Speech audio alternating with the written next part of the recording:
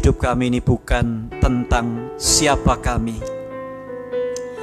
Hidup kami ini bukan apa pekerjaan kami. Hidup kami ini bukan apa jabatan kami. Hidup kami ini bukan di mana kami tinggal. Tapi hidup kami adalah Engkau dan Engkau saja. Dan untuk kemuliaan-Mu. Karena itu Tuhan, pada siang hari kami belajar firman-Mu. Tuhan, sebentar kami belajar firman-Mu, biarlah hati kami penuh dengan kekudusan, sehingga firman itu boleh mendarat di hati kami. Dan betapapun sulitnya perintah yang Tuhan berikan kepada kami, kami dimampukan untuk melakukannya. Karena firman-Mu itu baik. Firman-Mu itulah yang membuat kami hidup sampai hari ini. Bersabdalah ya Tuhan, kami siap mendengarnya. Di dalam nama Tuhan Yesus kami berdoa, Roh Kudus tolonglah kami. Amin. Amin. Silakan duduk Bapak Ibu yang dikasihi Tuhan. Salam sejahtera dalam kasih Tuhan Yesus bagi kita yang ada di sini, juga bagi kita yang ada di rumah masing-masing. Mari kita membuka firman Tuhan dari Injil Lukas pasal yang ke-10.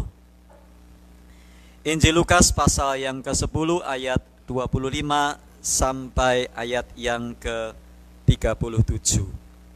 Lukas pasal yang ke-10 ayat 25 hingga ayat yang ke-37. Kisah ini mungkin pernah kita dengar, pernah kita baca, mungkin waktu kita sekolah minggu atau waktu kita masih remaja, atau mungkin setelah kita dewasa kita pernah membacanya. Tapi tidak apa-apa, kita mengulang lagi dan kita akan membahasnya bersama-sama. Lukas pasal 10 ayat 25 hingga ayat yang ke-37. Demikian firman Tuhan. Pada suatu kali berdirilah seorang ahli Taurat untuk mencobai Yesus. Katanya, "Guru, apa yang harus kuperbuat untuk memperoleh hidup yang kekal?" Jawab Yesus kepadanya, "Apa yang tertulis dalam hukum Taurat? Apa yang kau baca di sana?" Jawab orang itu, "Kasihilah Tuhan Allahmu dengan segenap hatimu dan dengan segenap jiwamu dan dengan segenap kekuatanmu dan dengan segenap akal budimu, dan kasihilah sesamamu manusia seperti dirimu sendiri." Kata Yesus kepadanya, "Jawabmu itu benar.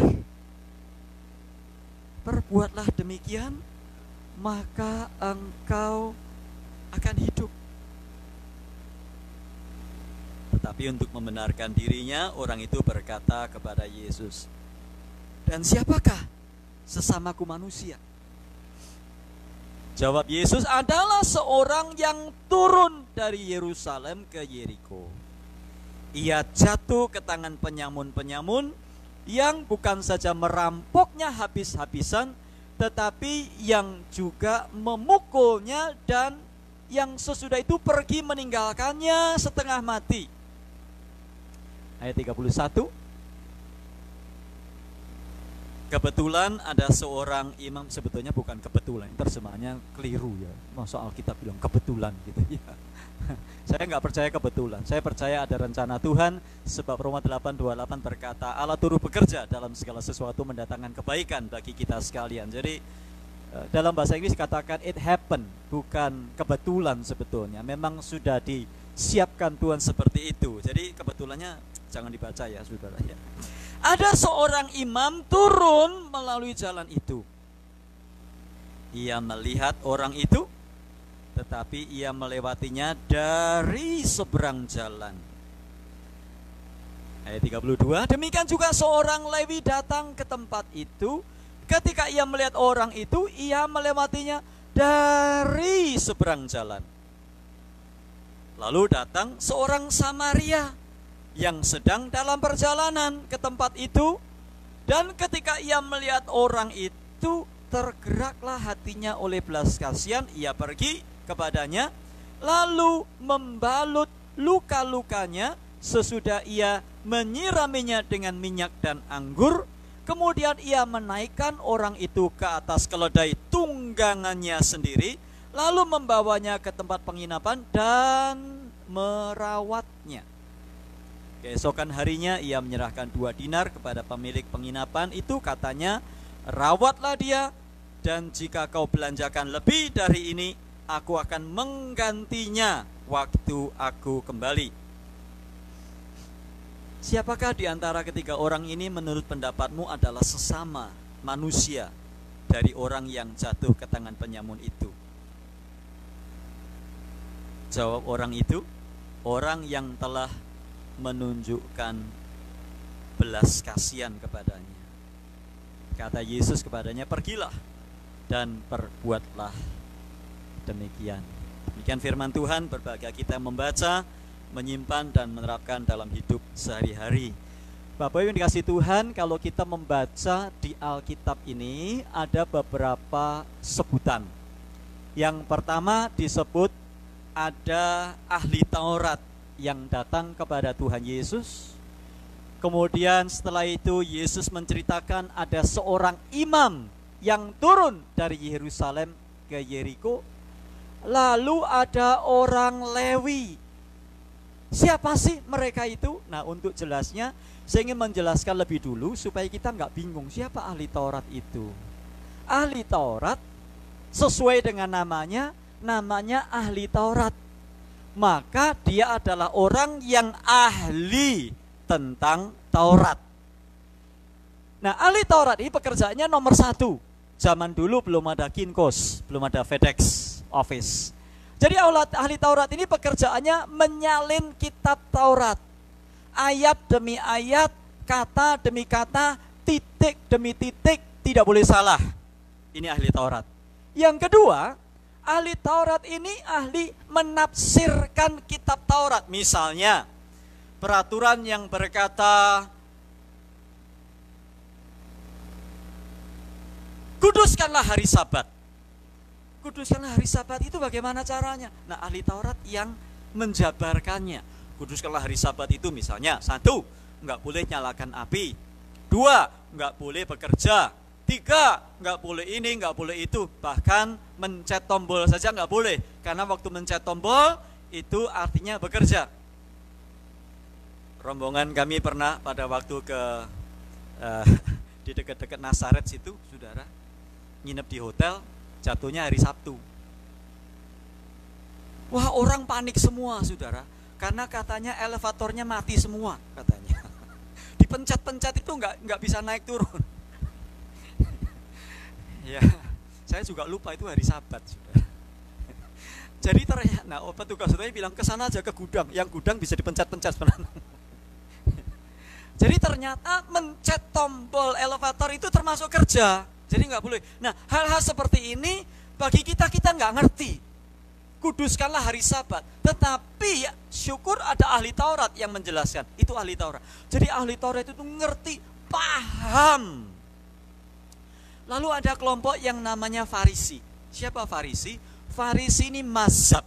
Satu kelompok di dalam masyarakat Yahudi, boleh dikatakan ya seperti partai begitulah ya. Tetapi orang Farisi ini pekerjaannya, dia termasuk rohaniwan yang pekerjaannya adalah mengamati bagaimana sejauh mana hukum Taurat itu dilaksanakan. Misalnya, hari Sabat nih, masih ada yang mengemudikan mobil. Nyupir itu nggak boleh, karena nyupir itu menyebabkan waktu start cekak gitu kan. Nggak tahu kok Tesla hitungannya masih kerja atau enggak. Sebab kalau mobil biasa, waktu di setir ignitionnya itu menimbulkan api, businya kan keluar api, itu bekerja. Jadi kalau ada orang Farisi melihat saudara dan saya mengemudikan mobil, oh dia boleh melakukan apa saja, karena dia adalah polisi ahli Taurat. Itu orang Farisi. Kemudian di Alkitab kita juga temukan ada orang Saduki. Siapa orang Saduki? Orang Saduki ini golongan elit dari kelompok Yahudi, tetapi golongan Saduki ini sangat berbeda, sedikit berbeda dari orang Farisi. Kalau Saduki ini tidak mempercayai adanya kehidupan setelah kematian. Makanya orang Saduki sering mencobai Yesus tentang kematian, kehidupan setelah kematian. Misalnya, guru, Ada seorang yang suaminya meninggal, terus dia diambil istri oleh adiknya, terus diambil, ini meninggal lagi, diambil istri lagi oleh adiknya lagi, terus meninggal lagi, diambil istri oleh adiknya lagi. Nanti di surga yang jadi suaminya siapa? Siapa yang tanya? Orang Saduki. Kenapa orang Saduki ini mencoba Yesus? Karena orang Saduki tidak percaya adanya kebangkitan setelah kematian. Ada lagi orang Selot. Orang Selot ini orang radikalnya Yahudi, saudara. Dia orangnya ingin cepat-cepat merdeka dari Romawi. Dan kebanyakan mereka adalah orang-orang dari kasta, dari kelompok ekonomi rendah, yang ingin berusaha brutal untuk memerdekakan dirinya. Ada lagi orang Esen atau Eseni. Eseni adalah kelompok orang Yahudi yang eksklusif, yang percaya bahwa orang-orang Yahudi yang ada di situ pada waktu itu sudah korup, kehidupannya sudah nggak benar. Jadi orang-orang Eseni ini menyepi, membentuk satu komunitas sendiri dan tinggal di dekat Qumran. Nah, kita tahu kalau ada kata Qumran, kita tahu apa, saudara? Ditemukan naskah Laut Mati. Siapa yang nulis? Orang-orang Eseni tadi. Mereka mengkopi kitab Taurat, mereka mengkopi bahkan surat Yesaya, ditulis lagi, lalu disimpan di gua-gua, di gua Qumran. Itu kaum Eseni. Dan kaum Eseni ini punya ritual-ritual tersendiri. Ada ritual pembersihan, ada ritual ibadah sendiri, dan semuanya ada. Kalau sudah pergi ke Israel, nanti pergi ke Qumran, sudah akan ketemu dengan ibadah model kaum Eseni. Ada kolam mikveh yang untuk membersihkan diri dan sebagainya. Nah, ini sepintas. Nah, kita juga mengenal, nanti saya jelaskan berlanjut dengan ayat-ayat yang kita baca. Ahli Taurat datang ketemu Tuhan Yesus untuk mencobai Yesus. Nah, memang tidak selamanya kalau ahli Taurat itu datang ketemu Yesus untuk menjatuhkan Yesus, tidak. Ahli Taurat ini datang menemui Tuhan Yesus untuk mempertontonkan kebenaran dirinya, mempertontonkan siapa dirinya. Ini loh, saya ini loh, anggota GBI top nomor 1, elitnya GBI LA, top number 1. Kamu mah kroco-kroco semua ya. Ini ahli Taurat model begitu. Dia ingin mencobai Tuhan Yesus. Dia bertanya, "Guru, apa yang harus ku perbuat untuk memperoleh hidup yang kekal?" Nah, ini pertanyaan ini ada pertanyaan lazim, common question yang ditanyakan oleh orang-orang agama apa saja. Pertanyaannya sama, apa yang harus diperbuat? Kenapa? Karena mayoritas orang yang hidup di atas muka bumi ini percaya bahwa keselamatan atau hidup yang kekal itu dapat diperoleh melalui perbuatan. Berbeda dengan Alkitab. Alkitab menyatakan sebab karena kasih karunia, Efesus 2 ayat 8 dan 9, sebab karena kasih karunia kamu diselamatkan oleh iman.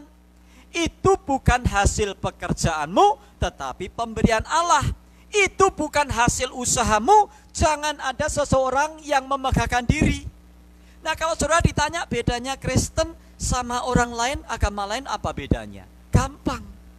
Kalau agama mengajarkan bagaimana supaya kita diselamatkan, tapi Alkitab menekankan, kekristenan mengajarkan bahwa keselamatan adalah anugerah Tuhan yang kita terima lewat iman.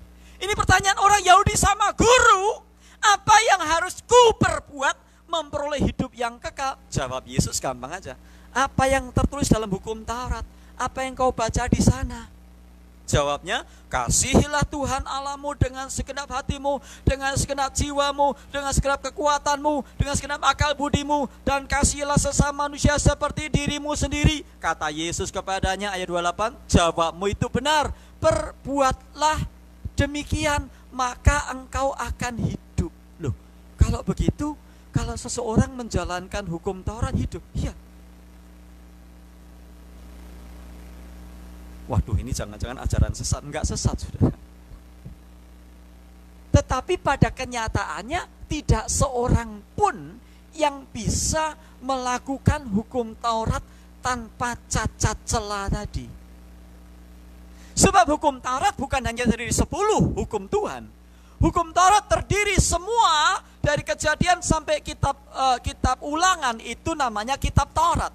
Tapi hukumnya banyak sekali. Dari 10 itu masih dijabarkan lagi, ada banyak hal-hal yang kecil, ada banyak. Misalnya, hormatilah ayahmu dan ibumu. Nah, itu simple kan? Orang Chinese kenal namanya uhau. Uhau sama puhau. Uhau sama puhau. Hau itu artinya apa? Baik, makanya hause itu enak maksudnya. Ya. Haukan itu bagus dilihat mata. Ya, puhause pak haukan puhause artinya apa? Enak dilihat tapi nggak enak dimakan, kan gitu ceritanya gitu. Hau dia jadi cara hormat kepada orang tua. Tapi oleh ahli Taurat dijabarkan lagi, hormat pada orang tua itu bagaimana? Makanya orang Yahudi pernah mencobai Yesus. Guru, murid-muridmu mau makan nggak cuci tangan loh, nggak pakai hand sanitizer, nggak cuci tangan. Terus Yesus bilang apa? Kamu itu ribut-ribut ngurusin masalah cuci tangan, ngurusin tradisi. Sedangkan kamu lebih mementingkan tradisi dan kamu tidak memelihara hukum Taurat. Kenapa? Pada waktu itu Yesus berkata, karena kamu bilang gini, uang yang harusnya kamu pakai untuk merawat orang tua, itu kamu pakai katanya sudah disiapkan untuk bait Allah. Sebab pada masa itu ada kisahnya begini Bapak Ibu. Orang-orang, anak-anak punya kewajiban untuk merawat orang tua, khususnya mereka yang sudah tua. Tetapi ada rabi yang mengajarkan begini, kalau uang yang kamu pakai untuk merawat orang tua itu sudah kamu dedikasikan untuk rumah Tuhan, nggak apa-apa. Kamu boleh-boleh saja, nggak harus merawat orang tua. Makanya Yesus berkata, kamu membela tradisi, tetapi kamu tidak menuruti hukum Taurat. Waduh, jadi berat ya saudara ya. Nah ini peraturannya seperti itu. Nah kita lihat tidak ada satu orang pun yang bisa melakukan hukum Taurat. Itu sebabnya Yesus datang untuk menggenapkan hukum Taurat.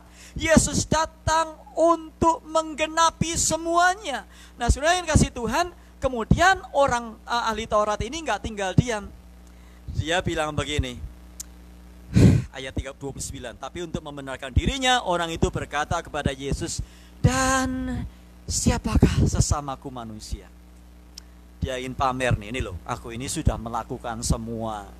Siapa sesamaku manusia? Herlina, Yedia, Kopinghan, ya, si Ellen, itu sesamaku manusia. Sudah semua sudah. Kalau hari Minggu sudah tak bawakan makanan. Hari ini masa apa tadi? Saya di belakang lagi ya. Hari Minggu kan pada nggak makan tuh. Udah tak makan siomay, ya, lontong cap gome, lalu sate ayam, sate babi. Semua sudah. Itu sesamaku manusia, semuanya sudah. Lalu Yesus menjawabnya apa? Tunggu dulu. Nggak segampang itu. Kenapa? Karena menurut orang Yahudi, Imamat pasal 19 ayat 18 mencatat kalimatnya sama, kasihlah sesama manusia seperti dirimu sendiri, tetapi ada penjelasannya di situ. Menurut Musa, menurut hukum Taurat, sesamamu itu siapa? Sesamamu ya sebangsamu, yang sama-sama Yahudi, yang sama bahasanya, sama warna kulitnya, sama latar belakangnya, sama kesukaannya, sama hobinya. Nah, ahli Taurat ini ingin bragging about himself nih. Siapakah sesamaku manusia? Yesus nggak jawab. Yesus malah cerita. Ayat yang ke-30. Adalah seorang yang turun dari Yerusalem ke Yeriko. Ia jatuh ke tangan penyamun yang bukan saja merampoknya habis-habisan, tetapi juga memukulnya, dan yang sesudah itu pergi meninggalkannya setengah mati. Ini yang kita akan belajar pada siang hari ini.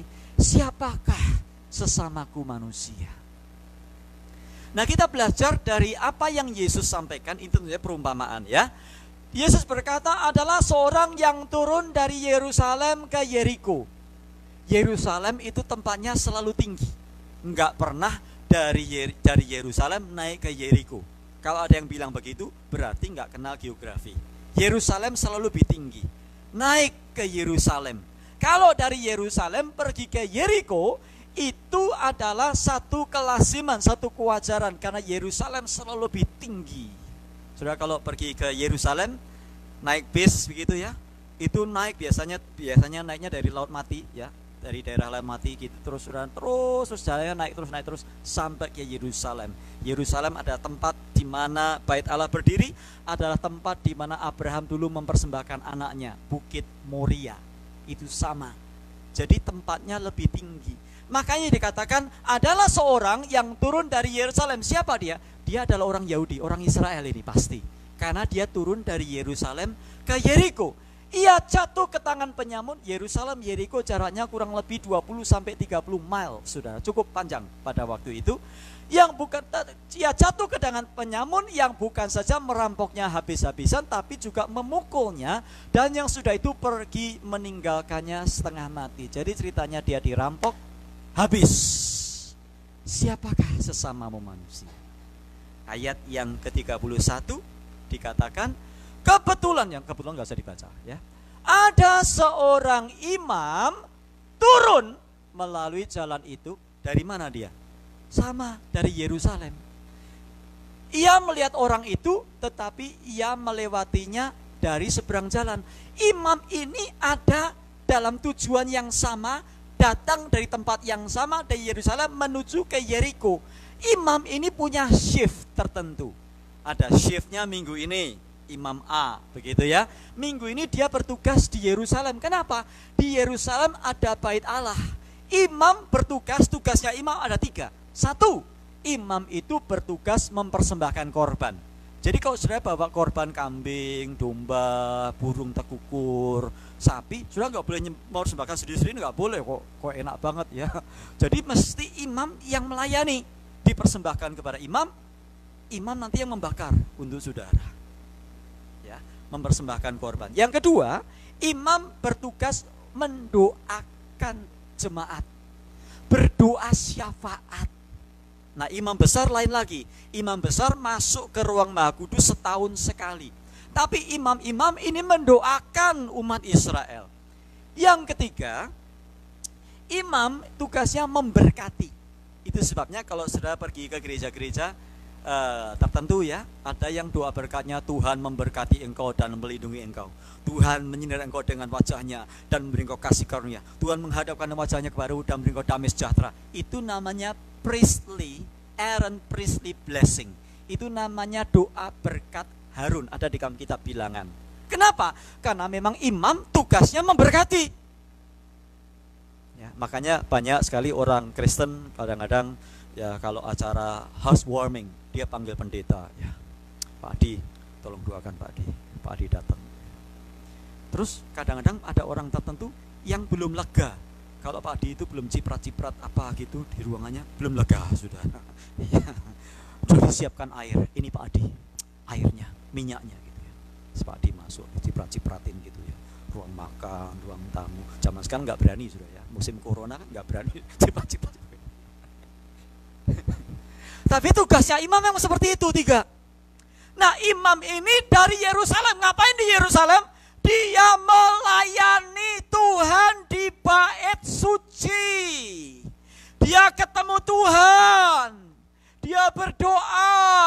Dia mempersembahkan korban. Tapi aneh saudara, ia melihat orang itu tapi melewatinya dari seberang jalan. Kenapa? Ini sudah di luar jurisdiksinya Bait Allah. Tugas pelayananku sudah selesai. Ini bukan pelayanan lagi. Mau kamu mati, mau kamu dirampok, mau kamu kelaparan, who cares? Ceritanya begitu. Jadi imam ini tidak peduli. Apalagi imam ini mungkin ketakutan. Ya kalau orang ini masih hidup, kalau sudah mati, kalau dia sentuh, kan dia jadi najis, saudara. Kalau dia najis gak boleh melayani dulu, harus ditahirkan dulu. Waduh, gawat banget. Terlalu banyak peraturan. Jadi perintah Tuhan itu dimengerti. Perintah, imam ini tahu Taurat. Perintah Tuhan dimengerti, perintah Tuhan dihafalkan, tapi tidak sampai diaplikasikan. Imam. Jadi cuman sampai urusan gereja. Ini kalau zaman sekarang gereja, udah gereja, selesai gereja, mau pergi ke mana? Ini saya jadi bingung ini hadapnya. Oh, pergi ke situ, saudaranya. Itu ada restoran toh. Restoran apa itu? Thai ya. Enak loh itu, sudah. Saya pernah kapan itu pernah ke sini, sudah nggak ada orang, saya makan di situ, sudah. Ya. Enak loh itu, sudah. Harganya juga reasonable ya. Nah, imam itu ibaratnya di bait Allah. Begitu dia keluar dari Yerusalem, itu di restoran sudah nggak ada urusannya sama ibadah, sama pelayanan, nggak ada, sudah. Jadi pelayanan itu hanya sampai sebatas di bait Allah. Mau yang di sana ada orang minta-minta, mau di sana ada orang kelaparan, mau ada di sana itu ada orang yang perlu ditolong, nggak urusan. Nah, Yesus tanya, siapa ini sesamamu? Apakah imam ini? Dia imam loh. Hati-hati loh, sudah. Jangan bilang imam itu bukan sesamamu. Terus lagi ya, ayat yang ke-32. Demikian juga seorang Lewi datang ke tempat itu. Ketika ia melihat orang itu, ia melewatinya dari seberang jalan. Siapa orang Lewi? Orang Lewi ini asal mulanya adalah anak ketiga dari Yakub. Namanya Lewi. Ruben, Simeon, Lewi, Yehuda, Isakar, dan Gad, Aser, Zebulon, Naftali, ya, Yehuda. Ada 12. Nah, kemudian kita melihat 11 sebetulnya, ya. Ada Dina juga di situ. Nah, kalau kita membaca, itu adalah asal usulnya suku Lewi. Suku Lewi beranak pinak, ada Gerson, Kehat, Merari. Dan suku Lewi adalah suku yang boleh dikatakan pilihannya Tuhan. Suku Lewi ditetapkan untuk melayani di rumah Tuhan, membantu imam-imam. Jadi kalau imam tadi PDT gitu, ini suku Lewi ini PDP gitu, saudara. Pendeta ini pendeta pembantu, gitu kira-kira gitu, saudara. Tugasnya orang Lewi. Orang Lewi nggak boleh kerja. Dari mana dia makan? Dia makan dari perpuluhan yang dipersembahkan umat di bait Allah. Nah, orang Lewi harus memberikan perpuluhannya kepada imam. Apa tugasnya orang Lewi? 1, merawat bait Allah. Tentunya di bawah pengasuhan imam. Yang kedua, orang Lewi tugasnya menjaga, kalau zaman dulu zaman kemah pertemuan, menjaga pintu gerbang kemah pertemuan. Ketiga, orang Lewi tugasnya melayani di bidang puji-pujian. Jadi yang melayani bidang puji-pujian nggak boleh semua. Nanti kalau kita membaca ada pengarahan pujian ya, ada kurang lebih 4.000 orang penyanyi paduan suara, semuanya orang Lewi. Itu orang Lewi.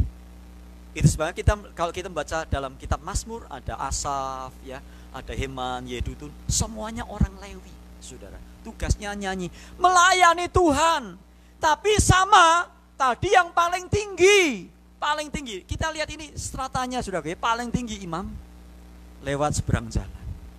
Orang Lewi lebih rendah sedikit.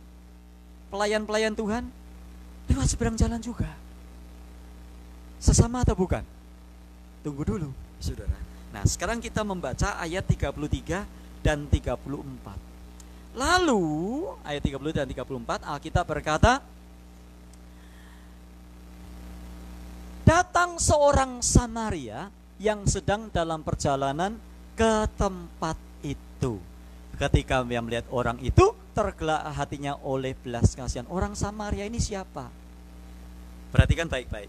Tadi ayat yang ke-31 Yesus menyebut imam, orang Yahudi. Paling tinggi, top, high rank, ya. Ya, kemudian ayat 32 Yesus menyebut Lewi, lebih rendah dikit.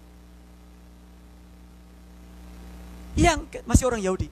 Yang ketiga ayat 33 ini mah sudah bukan rendah lagi, sudah tidak ada nilainya. Kenapa? Karena dia orang Samaria. Orang Samaria itu musuhan sama orang Yahudi. Orang Samaria sama orang Yahudi nggak ngomong. Masih ingat Yohanes pasal 4 waktu Yesus datang ke sumur Yakub, maka di situ ada seorang wanita Samaria. Terus wanita Samaria bilang apa? Kamu orang Yahudi, kamu nggak ngomong loh, harusnya sama orang Samaria. Aku orang Samaria loh. Kenapa? Karena memang sejarahnya panjang, sejarah yang panjang. Kenapa? Karena ceritanya begini, sudah. Setelah zaman Salomo, Israel terpecah menjadi dua. Yang satu Israel Utara, ibu kotanya Samaria, kota Samaria.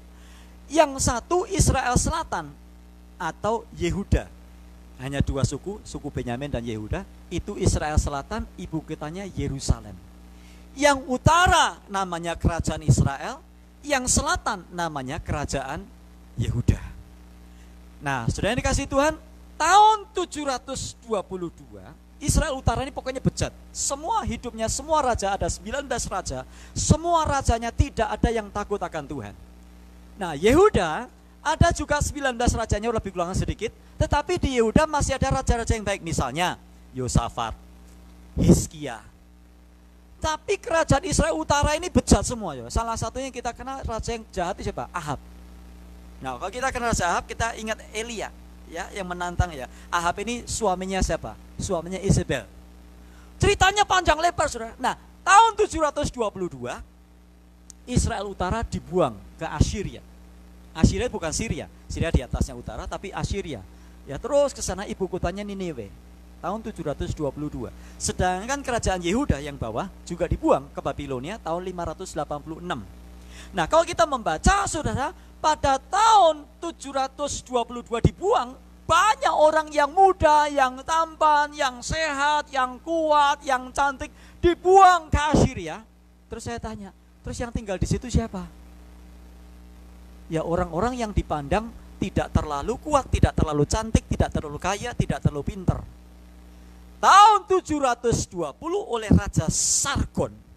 Tahun 720, jadi 2 tahun setelah itu, 722 sebelum Masehi dibuang. Tahun 720 didatangkanlah orang-orang dari tanah-tanah lain, dari jajahannya Assyria, di-drop ke situ. Terus mereka kawin campur. Kawin campur, mereka mendirikan bangunan tempat ibadah sendiri.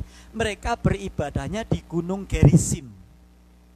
Mereka menyembahnya yang namanya Pentatuk, Taurat itu mereka punya Taurat sendiri. Taurat namanya Samaritan Pentatuk. Nah, isinya apa beda? Beda.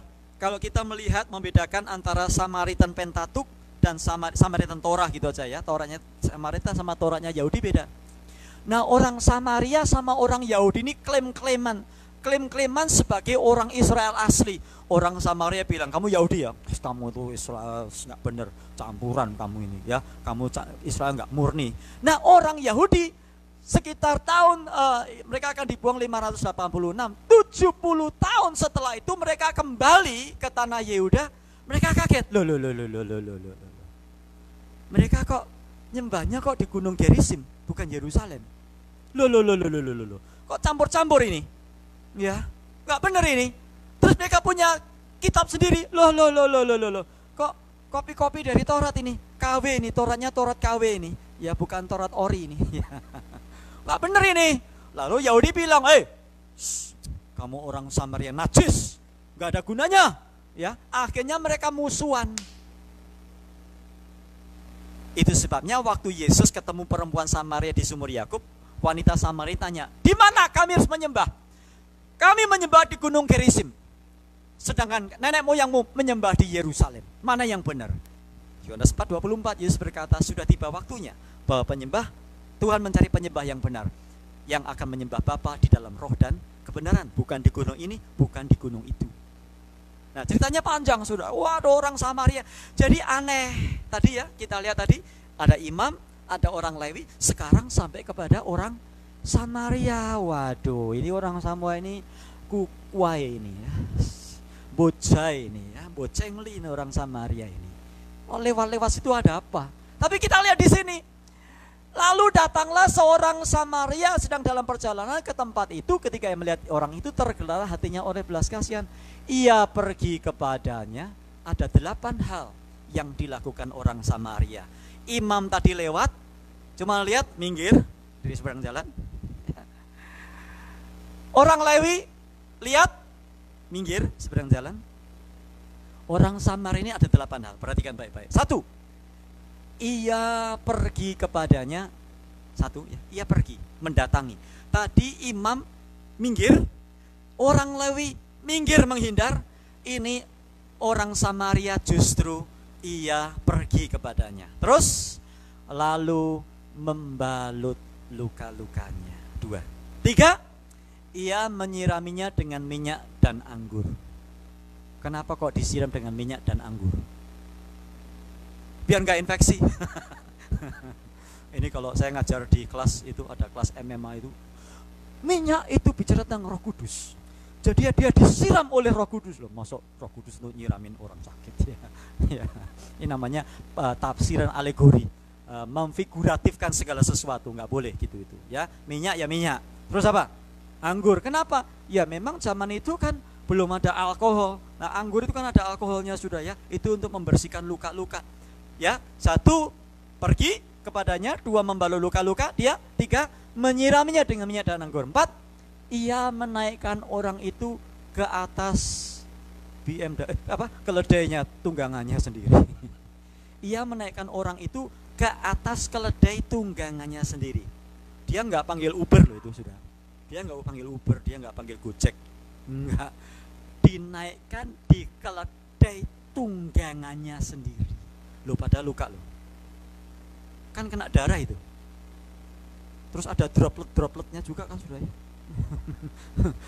Bersihkannya gimana? Wah, menaikkan ke atas keledai sendiri. Ya, 4. 5, membawanya ke tempat penginapan. 6, merawatnya. Luar biasa ya. Padahal musuh loh. Ini musuh loh. Nggak ngomongan loh. Musuh. Ini yang dijelek-jelekan loh. Orang Yahudi jelek-jelekan najis, ya Yahudi KW, ya kitabnya kitab KW, bukan kitab sungguhan, nggak ori. Waduh. Nah, terus apa lagi? 7 atau berapa? 6 atau 7? 7 ya. 6 ya. 7. Keesokan harinya ia menyerahkan 2 dinar kepada pemilik penginapan itu. Jadi pemilik penginapan dikasih uang. Nih, tolong ya dirawat ya. 1 dinar itu upah pekerja berapa? Yang cukup mahal. 2 dinar itu duitnya cukup banyak, saudara. 8, katanya rawatlah dia, dan jika kau belanjakan lebih dari ini, aku akan reimburse kamu pada waktu aku kembali. 8 hal yang dilakukan, saudara. Padahal siapa? Dihina, dicemooh, nggak dianggap najis, dianggap bangsa kafir, dianggap tidak dikenal, dianggap orang yang palsu, dianggap campuran, dianggap nggak layak. Saudara yang dikasih nggak diajak ngomong, dianggap musuh. Lalu pertanyaan Yesus, siapakah di antara ketika orang ini menurut pendapatmu adalah sesama manusia dari orang yang jatuh ke perang penyamun itu? Perhatikan baik-baik. Ini orang Yahudi ini ya, saudara, ahli Taurat ini sudah dikasih Yesus cerita saja. Coba perhatikan ayat yang ke-37. Jawabannya orang ini apa? Orang yang telah menunjukkan belas kasihan kepadanya. Apa kekurangannya di sini, saudara? Pintar ini. Orang sipil. Orang sipil biasa bangun bangunan, ngerti, saudara. Ini orang nggak bilang itu orang Samaria loh. Bocengli nggak, saudara ini? Bocengli, saudara. Apa sih susahnya? Orang Samaria itu kenapa gitu kan? Enggak loh. Dia jawabnya orang yang telah menunjukkan belas kasihan kepadanya. Orang kalau sudah benci ya, saudara, bencinya itu bahasa Jawanya kepati-pati. Sudah dikasih cerita, sudah dikasih pelajaran oleh Yesus pun masih nggak bertobat, saudara. Nah, siapa? Orang Samaria itu. Nah, saudara yang dikasih Tuhan, saya mau tanya, kalau bagi orang Samaria itu siapa sesamanya? Ini kan sesama bagi orang yang bagi bagi orang yang dirampok tadi, orang Samaria yang baik hati. Ya kalau orang baik hati ya kita mengaku sesama itu kan seneng banget ya. Saya sesamanya Pak Effendi. Kenapa ya? Pak Effendi sering traktir saya beli kopi, ya beli Thai barbecue. Ya itu sesama saya. Ya karena Pak Effendi sudah berbuat baik. Cuman saya bertanya lagi, coba kita analisa ayat ini lebih dalam lagi. Pertanyaan Tuhan Yesus itu luar, wah ya saya kagum loh lihat Tuhan Yesus itu ya. Luar biasa. Yesus itu kalau ngajar pelan tapi ngena, saudaraku. Pelan tapi tajam. Enggak usah teriak-teriak, maki-maki, marah-marah, enggak. Yesus cuma bilang, siapa sesamanya? Ya orang sama, tadi orang yang sudah nolong dia. Ya jelas saudara, orang kalau yang suka nolong kita ya kita jadikan sesama toh. BFF kan, best friend forever katanya. Saya dulu nggak ngerti loh saudara. Ini BFF apa sih? Ya BFF ya apa sih? Oh BFF best friend forever. Saya tanya, siapa best friend forevermu? Ya orang yang jemput saya di airport di LAX waktu saya datang, itu best friend saya. Orang yang ngasih saya kasur, itu best friend saya. Orang yang ngasih saya microwave, itu best friend forever. Orang yang nyarikan kerjaan saya, itu best friend forever. Orang yang ngajarin saya nyupir, itu best friend forever. Itu sesama saya. Tapi kalau kita analisa lebih jauh, Yesus itu ngajar. Terus menurut kamu sesamanya orang Samaria ini siapa?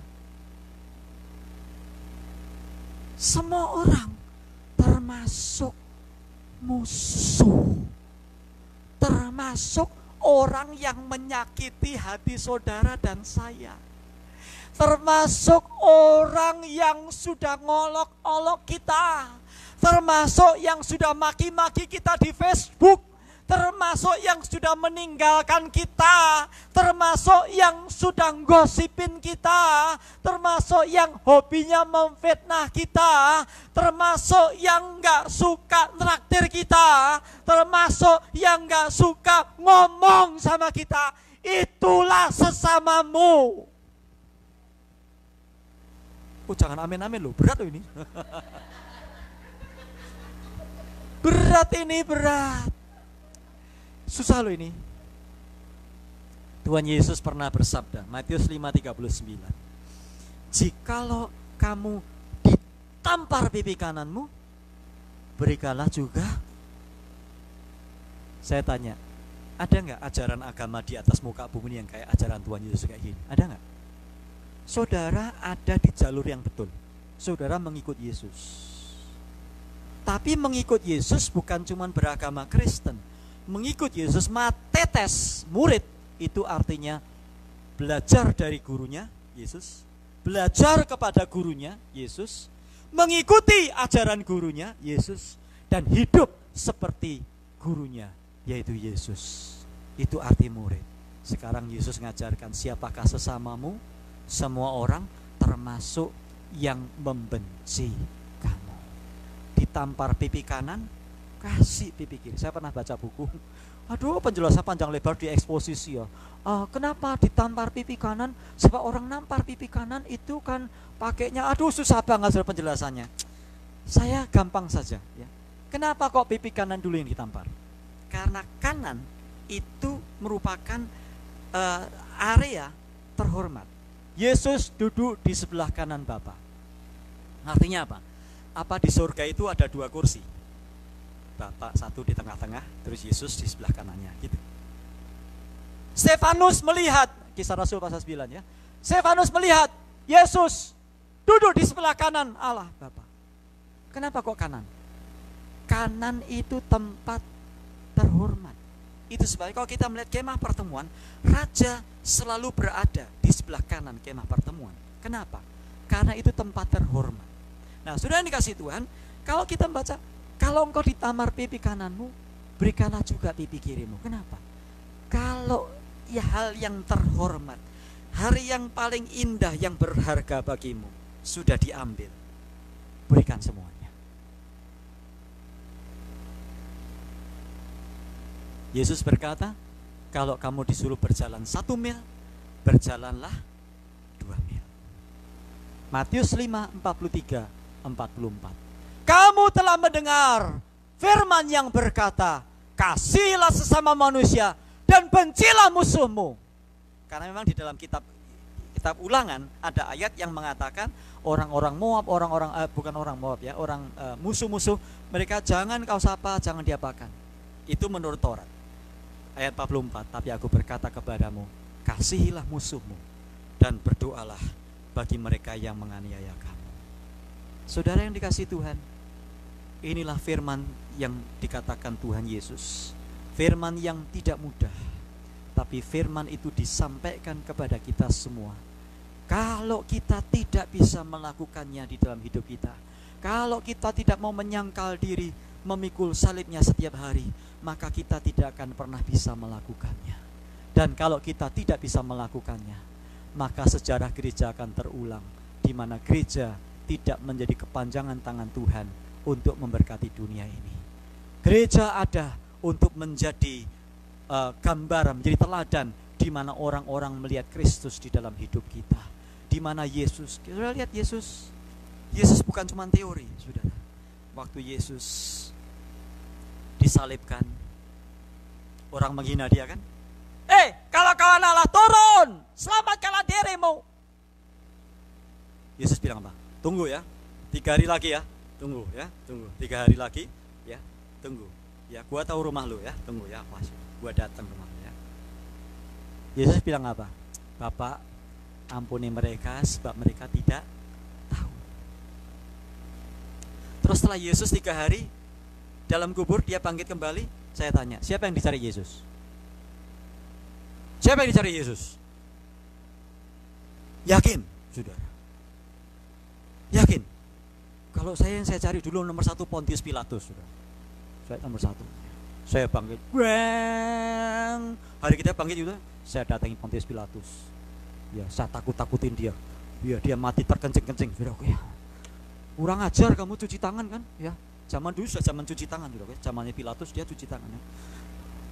Nomor 2 siapa yang datangi? Yang saya datangi nomor 2 Kayafas, imam besar, saudara. Biar saya takut-takutin begitu, saudara. Ya. Tapi puji Tuhan loh, Yesus bukan saya, saudara. Yesus gak urusan lagi sama Pontius Pilatus. Udahlah. Ya, Yesus luar biasa loh, saudara. Waduh, luar biasa ya Tuhan kita ya, saudara.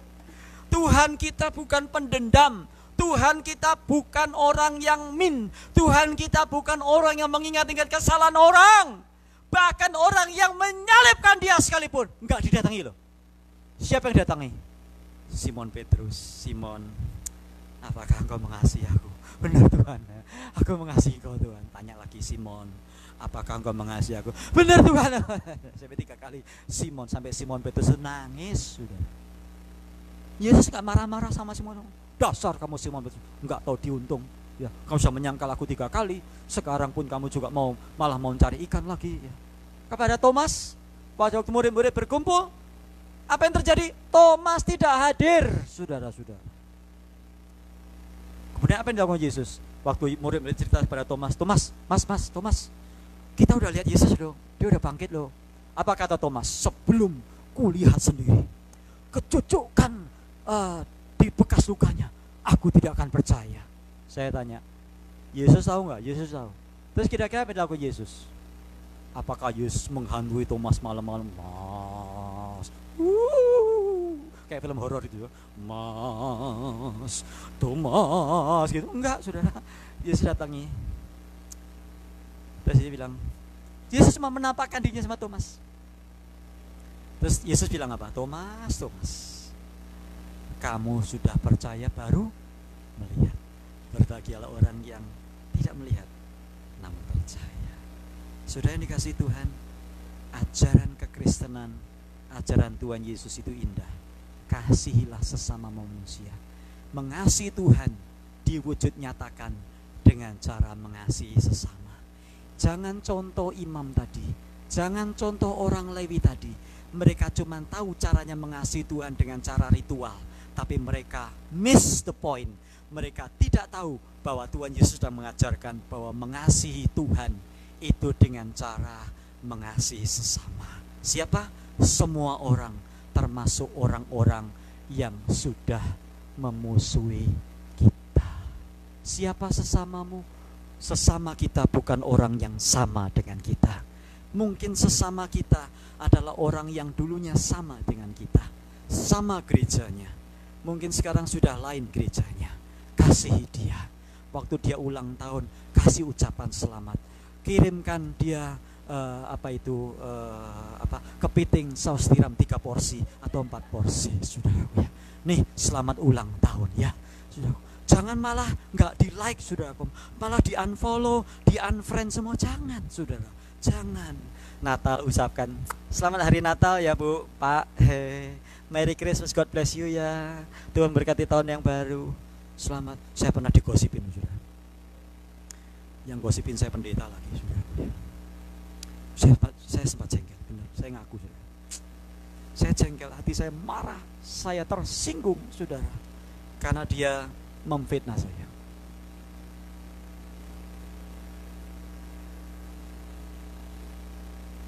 Sampai satu hari Paskah tahun ini, saya berdoa, Tuhan, apa ya saya mesti buat dia? Tuhan bilang, ya Tuhan menuntun saya melakukan hal yang paling sederhana dulu. Kasih ucapan selamat Paskah.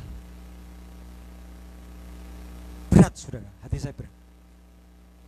Kok enak men ya? Dia nggak pernah ngucapin selamat Paskah buat saya, nggak pernah, saudara.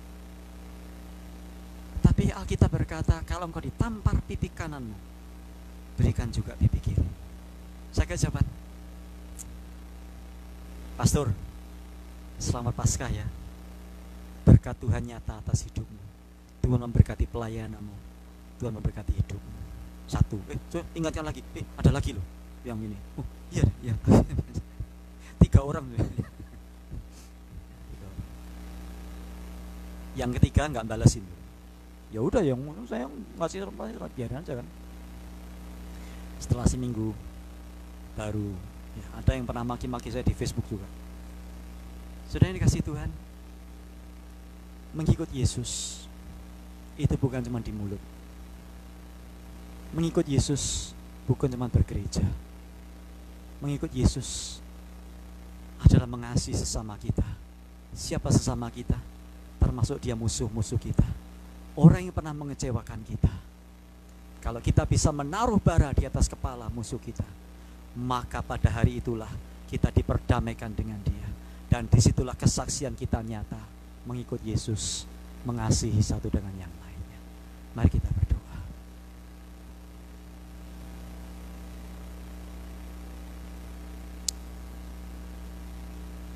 Tuhan Yesus, terima kasih untuk ajaran yang mulia.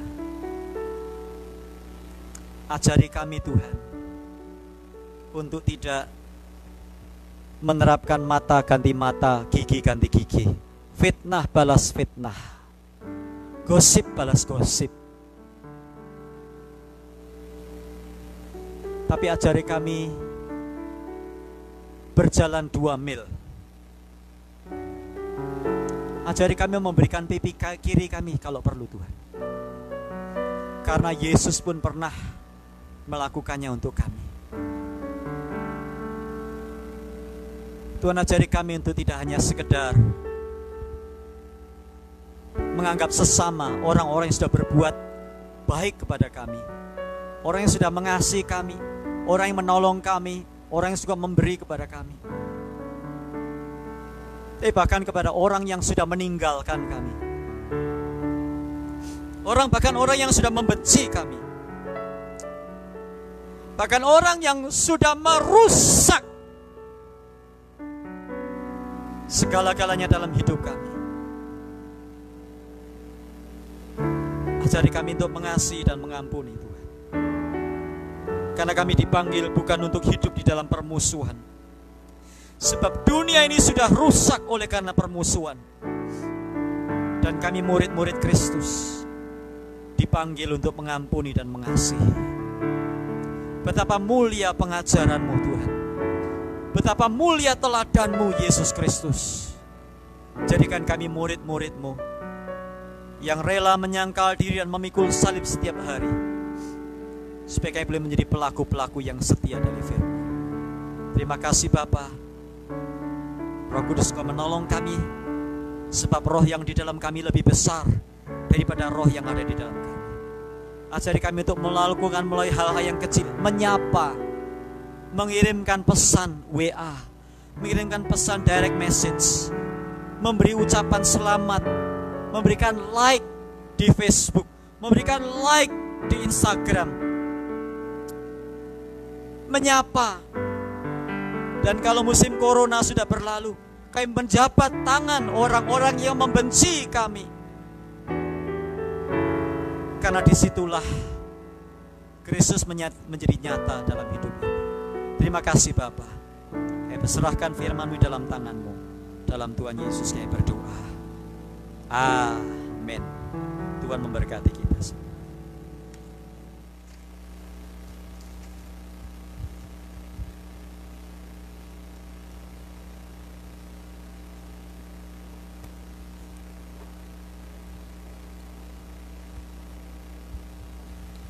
Puji Tuhan saudara, kita sudah mendengarkan firman Tuhan. Saudara-saudara di rumah, semoga firman yang kita dengar boleh kita lakukan. Pak Yonas, saya juga ingat, kita sebagai orang Kristen benar, Tuhan mengajarkan kita untuk tulus. Apapun yang kita alami, tetap tulus. Walaupun diinjak-injak seperti keset, ketulusan itu seperti keset. Diinjak-injak tetap kita welcome, tetap kita menerima. Kasih yang tanpa syarat, itulah yang diajarkan Tuhan Yesus. Amin saudara. Tiba saatnya saudara, kita akan offering. Saudara yang di rumah